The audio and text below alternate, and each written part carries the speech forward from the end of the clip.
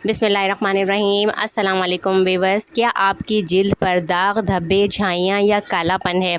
क्या आपका चेहरा बेरौनक दिखता है और थका थका सा लगता है? तो आज की वीडियो ख़ास आपके लिए है। एक बहुत सादा मगर कमाल का घरेलू नुस्खा है आलू। आलू हर घर में होते हैं और हमें इसका रस निकालना है। जी हाँ, आलू का रस। आलू में कुदरती ब्लीचिंग एजेंट्स पाए जाते हैं जो जिल्द का रंग निखारते हैं। ये दाग, धब्बे, सूरज की जलन और ऑयली जिल्द के लिए बेहतरीन होता है। आलू का रस जिल्द को ठंडक देता है और मुसलसल इस्तेमाल से चेहरा नर्म, साफ और चमकदार हो जाता है। तो किस तरह आप इसे बना सकते हैं? एक दरमियाने साइज़ का आलू लें, उसे छीलकर कद्दूकश कर लें।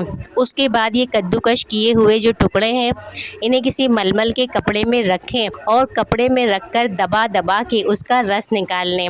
आप ये जो कद्दूकश किए हुए आलू हैं, इन्हें किसी छलनी में डालकर भी चम्मच से दबाकर इसका रस निकाल सकते हैं। उसके बाद रुई की मदद से ये रस पूरे चेहरे पर आहिस्ता आहिस्ता लगाएं। 15 से 20 मिनट तक लगा रहने दें, फिर ठंडे पानी से चेहरा धो लें। आप चाहें तो आलू के रस में थोड़ा सा नींबू का रस या गुलाब का पानी भी मिला सकते हैं। ये असर को और भी बढ़ा देता है। ये नुस्खा हफ्ते में 3 बार इस्तेमाल करें। हसास जिल्द वाले पहले थोड़ा सा रस हाथों पर लगाकर ज़रूर चेक किया करें। चंद दिनों में फ़र्क खुद नज़र आ जाएगा।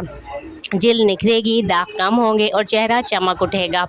अगर वीडियो पसंद आई हो तो लाइक ज़रूर किया करें, चैनल को सब्सक्राइब करें और कमेंट में बताएं कि कैसा लगा। अगली वीडियो तक के लिए अल्लाह हाफ़िज़।